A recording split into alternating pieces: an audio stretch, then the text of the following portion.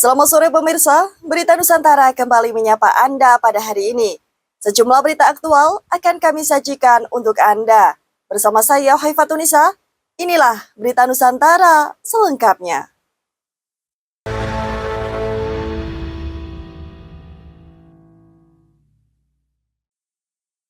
Informasi yang pertama pemirsa, Kepolisian Daerah Banten memeriksa anggota BRIMOB yang diduga melakukan penganiayaan serta mengintimidasi jurnalis dan pegawai Kementerian Lingkungan Hidup pada Kamis pekan lalu. Adapun peristiwa tersebut terjadi ketika sejumlah wartawan tengah meliput kegiatan Kementerian LH yang menyegel pabrik Genesis Regeneration Smelting di Serang, Banten. Adapun dua anggota BRIMOB berinisial TG dan TR saat ini tengah menjalani pemeriksaan di Propam Polda Banten. Hal tersebut dibenarkan oleh keterangan Kabid Humas Polda Banten, Kombes Didi Haryanto dalam keterangannya. Adapun Polda Banten berjanji akan menindak tegas dua anggota BRIMOB yang diduga terlibat dalam aksi penganiayaan pada pegawai media dan Kementerian LH.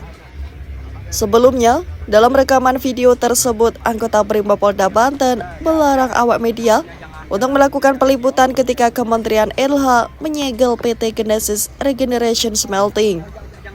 Adapun sejumlah jurnalis serta pegawai Kementerian LH dikeroyok ormas, petugas keamanan hingga anggota BRIMOB di lokasi tersebut. Java TV melaporkan. Selanjutnya kita beralih ke tunjangan rumah DPR. Ketua DPR RI Puan Maharani merespon maraknya kritikan masyarakat mengenai tunjangan rumah anggota DPR yang mencapai 50 juta rupiah tiap bulannya. Puan mengklaim anggota DPR tetap memperhatikan aspirasi yang dikeluarkan masyarakat. Hal tersebut disampaikan oleh Puan di Kompleks Parlemen di Jakarta pada Kamis 21 Agustus lalu. Ia menyebut bahwa kritikan-kritikan yang masuk nantinya akan dikaji serta dievaluasi oleh pihaknya. Selain itu, Puan juga menjelaskan bahwa tunjangan rumah 50 juta rupiah tersebut dilakukan melalui kajian yang ada.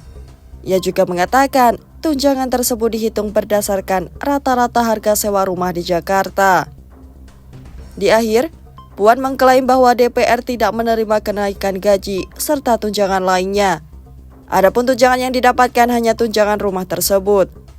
Selain itu, Puan menyebut bahwa tunjangan tersebut dihentikan karena anggota DPR di periode ini tidak mendapatkan rumah dinas.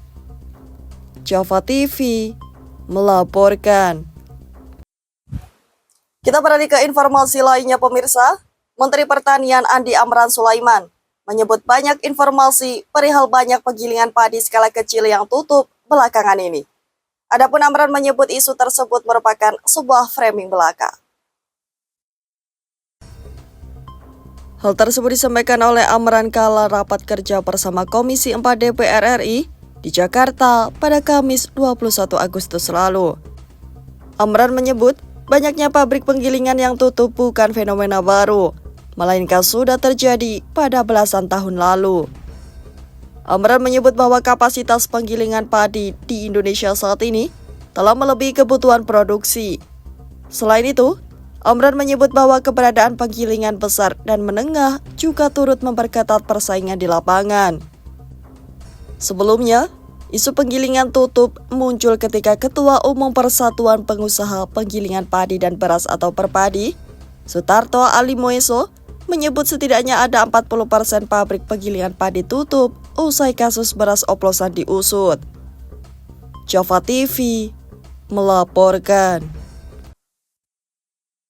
Menteri Koordinator Bidang Pangan Zulkifli Hasan atau Zulhas mengatakan praktik mencampur beras atau yang dikenal sebagai pengoplosan telah terjadi sejak waktu lama dan lumrah ditemui.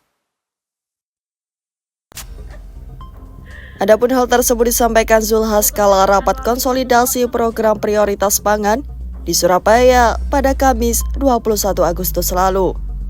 Zulhas menyebut beras dicampur merupakan hal biasa. Ia mencontohkan beras ketan yang dicampur oleh beras pulen yang ia akui praktik tersebut lumrah terjadi sejak dulu. Adapun pernyataan tersebut muncul kala kasus beras oplosan diungkap pemerintah beberapa waktu yang lalu. Adapun pada pengungkapan tersebut, terdapat setidaknya sebanyak 212 beras merek premium yang dioplos.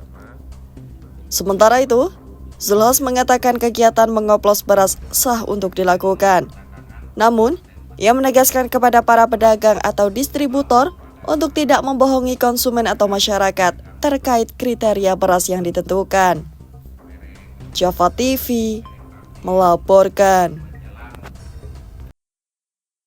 Informasi selanjutnya pemirsa, Perum Bulog mencatat bahwa pihaknya masih memiliki cadangan beras pemerintah berusia lebih dari 1 tahun sebanyak 194.000 ton yang tersimpan di gudang. Adapun hal tersebut disampaikan oleh Direktur Utama Perum Bulog Ahmad Rizal Ramdhani kala rapat bersama Komisi 4 DPR RI.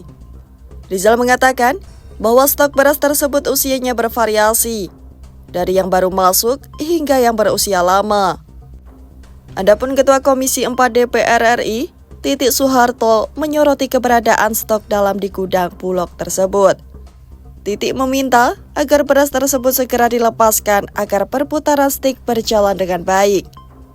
Selain itu, Titik mengingatkan kepada manajemen Bulog untuk menerapkan prinsip first in first out, yakni beras yang masuk terlebih dahulu harus keluar lebih dahulu.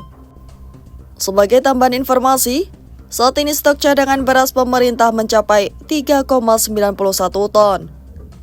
Adapun dari jumlah tersebut, sekitar 30,3% atau 1,18 juta ton beras merupakan beras dengan usia simpan lebih dari 6 bulan. Java TV melaporkan. Suasana di dalam bus yang berada di Terminal Bus Anjuk Ladang, Kabupaten Nganjuk pada hari Minggu nampak terlihat sangat sepi. Pasalnya para penumpang maupun driver biasa menikmati alunan musik, kini hanya bisa berdiam dan menikmati suara kebisingan hingga membuat para penumpang merasakan jenuh dan bosan. Lantaran terkena imbas dari polemik pembayaran royalti musik yang dikeluarkan oleh Lembaga Manajemen Kolektif Nasional, tak jarang para penumpang bus merasa bosan di saat perjalanan karena bisa menikmati lagu yang biasa didengar di dalam kabin bus. Namun, dengan kondisi saat ini, suasana di saat perjalanan menjadi senyap dan sunyi hingga membuat para sejumlah sopir bus merasa takut untuk memutar lagu. Tidak hanya itu, terlihat di beberapa sudut bus telah terpasang CCTV dan televisi yang biasa sering ditonton oleh para penumpang. Kini telah digembok oleh PO perusahaan bus guna para penumpang tidak dapat untuk melihat dan juga mendengarkan musik kembali. Galih, salah satu sopir bus mengatakan bahwa peraturan tersebut telah diberlakukan sejak tanggal 19 Agustus 2025 dan ia berharap agar peraturan yang telah diterapkan bisa dikaji kembali, dikhawatirkan berdampak negatif kepada para penumpang. Banyak yang komplain sih mas, masalah musik juga. Sebagai kru juga sering kali sih orang-orang penumpang juga minta diputarkan musik juga. Kalau saya sendiri pun ya mau-mau saja, tapi klaimnya itu sampai 3 juta di sini. Makanya saya ragu di situ. Tanggal 19 kemarin, 19 Agustus ya baru ada. Ya banyak sih, kan bunyi gelodak-gelodakan kan gitu. Dari speakernya juga kan bunyi. Jadi kalau udah ada musik, ya kadang-kadang orang-orang kan, mas masa bunyi pirnya saja yang dengeran kan gitu. Ya mungkin kalau saya sendiri, kalau bisa janganlah orang musik juga buat hiburan juga dalam bis kan gitu. Kan ya buat tombo-tombo ngantuk lah mas gitu. Sementara itu, Meli, salah satu penumpang bus menyatakan dengan diberlakukannya peraturan tersebut membuat para penumpang merasakan bosan dan tidak nyaman. Dikarenakan tadinya penumpang bisa menikmati musik untuk dijadikan teman saat perjalanan. Namun kini hanya bisa diam dan jenuh menikmati suara bising dari luar kabin bus di sepanjang perjalanan. Jenuh Pak, jadi hiburannya dikasih itu aja fasilitas musiknya biar perjalanannya nyaman. Dan perjalanannya juga luar kota ya, biar enak. Oleh karena itu, Adanya kebijakan tersebut sangat berdampak pada sopir khususnya kepada masyarakat sebagai konsumen bus. Selain bisa menikmati saat perjalanan, namun musik juga memberikan rasa nyaman kepada para penumpang agar tidak merasakan jenuh saat perjalanan. Yohanes Alberto, Java TV, melaporkan. Beralih ke kabar selanjutnya pemirsa, Menteri Koordinator Bidang Pangan Zulkifli Hasan atau Zulhas buka suara mengenai maraknya dugaan keracunan makanan dan program makan bergizi gratis milik pemerintahan Prabowo yang terjadi di sejumlah daerah. Hal tersebut diungkap oleh Zulhas kala berada di Surabaya untuk meninjau SPPG pada Kamis 21 Agustus lalu. Zulhas menyebut keracunan tersebut bisa saja tidak disebabkan oleh pengolahan makanan, melainkan alergi atau tidak keseimbangan penerima MBG dalam mengkonsumsi makanan tertentu. Selanjutnya, ia memberi contoh bahwa dirinya juga tidak bisa mengkonsumsi susu. Oleh karena itu, ia menilai kondisi tubuh anak berbeda-beda, terutama mereka yang belum terbiasa mengkonsumsi makanan tertentu sehingga alergi. Sementara itu, Zulhas menyebut bahwa pengawasan kualitas makanan MBG sudah dilakukan secara ketat, mulai dari bahan baku, proses mencuci, hingga penyajian yang diawasi oleh ahli gizi, BPOM, dan pemerintah daerah. Java TV melaporkan. Beralih ke pemerintahan, Menteri Pertanian Andi Amran Sulaiman mengakui bahwa harga beras di pasaran saat ini masih berada di atas harga eceran tertinggi. Meskipun pemerintah menyebut telah ada tren penurunan dalam beberapa pekan terakhir. Hal tersebut diungkap oleh Amran kala rapat kerja bersama Komisi 4 DPR RI pada Kamis 21 Agustus lalu. Amran menyebut rata-rata harga gabah di tingkat petani adalah Rp6.000 hingga Rp6,9.000 per kilogram di seluruh Indonesia. Selain itu, untuk mengatasi hal ini, pemerintah mengandalkan operasi pasar untuk meredam lonjakan harga. Amran menyebut, langkah ini dilakukan bersama dengan Perum Bulog dan Badan Pangan Nasional atau Bapanas. Di akhir, Amran menyebut operasi pasar akan terus dilakukan hingga akhir tahun dengan memanfaatkan stok beras yang ada, termasuk menghabiskan cadangan beras yang masih disimpan di gudang. Java TV melaporkan. Beralih ke informasi lainnya pemirsa, Ketua Komisi 11 DPR RI, Muhammad Misbahun, menyampaikan bahwa tunjangan rumah untuk anggota Dewan sebesar Rp50 juta per bulan ditentukan oleh Menteri Keuangan Sri Mulyani. Oleh karena itu, Misbahun menyebut pihaknya hanya menerima tunjangan tersebut. Hal tersebut disampaikan oleh Misbahun di Kompleks Parlemen pada Jumat 22 Agustus lalu. Adapun satuan harga Rp50 juta tersebut ditentukan dalam kapasitas anggota Dewan sebagai pejabat negara, yang besarannya ditentukan dari konversi rumah dinas anggota DPR RI yang telah dikembalikan kepada Sekretariat Negara. Lebih jauh, Misbahun menyebut bahwa tunjangan tersebut diberikan karena anggota DPR tidak mendapatkan fasilitas perumahan. Ada anggota dewan yang berasal dari daerah harus bekerja ke gedung parlemen setiap hari. Sebelumnya, polemik tunjangan Rp50 juta per bulan ramai di kalangan publik. Adapun pihak DPR menilai bahwa besaran yang diberikan tersebut wajar dan masuk akal. Namun, lain halnya dengan masyarakat sipil yang menganggap kenaikan tersebut tidak pantas di tengah kondisi keuangan yang terbatas. Java TV melaporkan. Kementerian Pendidikan Dasar dan Menengah atau Kemendikdasmen dikabarkan akan melakukan peningkatan kompetensi guru dalam meningkatkan kemampuan numerasi siswa. Adapun salah satunya dengan memperkuat kompetensi guru dalam mengajarkan numerasi secara inovatif dan menyenangkan bagi siswa. Kementerian Pendidikan Dasar dan Menengah atau Kemendikdasmen dikabarkan akan melakukan peningkatan kompetisi guru dalam meningkatkan kemampuan numerisasi siswa. Adapun salah satunya dengan memperkuat kompetensi guru dalam mengajarkan numerasi secara inovatif dan menyenangkan bagi siswa. Hal tersebut disampaikan oleh Direktur Jenderal Guru, Tenaga Kependidikan, dan Pendidikan Guru Kemendikdasmen Nunu Suryani. Nunu mengungkapkan bahwa pihaknya akan membuat kompetensi guru melalui pendekatan gembira, yang merupakan akronim dari gali dan eksplorasi, muat konten, buat aktivitas, ikuti pemikiran murid, rayakan, dan akhiri dengan apresiasi.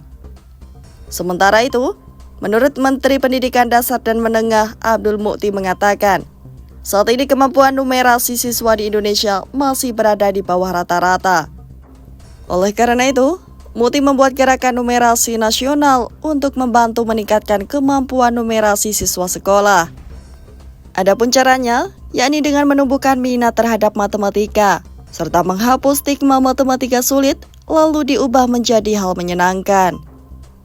Java TV melaporkan.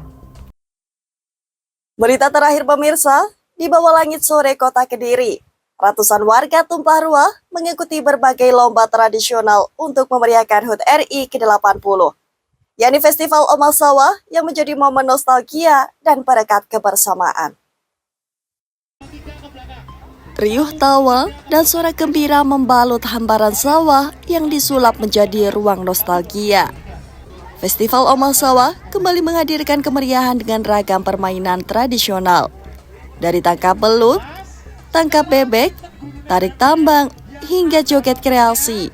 Semuanya membuka pintu waktu, membawa masyarakat pada kenangan masa kecil yang sederhana namun penuh makna. Sebanyak ratusan peserta larut dalam keseruan yang bukan sekadar permainan, melainkan perekat kebersamaan. Permainan rakyat yang dulu menjadi denyut nadi kehidupan kampung, kini kembali hidup, menghadirkan tawa yang tak lekang oleh zaman. Melalui Wali Kota Kediri, Vinanda Prameswati, menegaskan bahwa lomba-lomba rakyat ini digelar sebagai bagian dari perayaan Hari Ulang Tahun Kemerdekaan Republik Indonesia ke-80. Tak hanya penonton, para peserta pun merasakan euforia yang sulit dilupakan.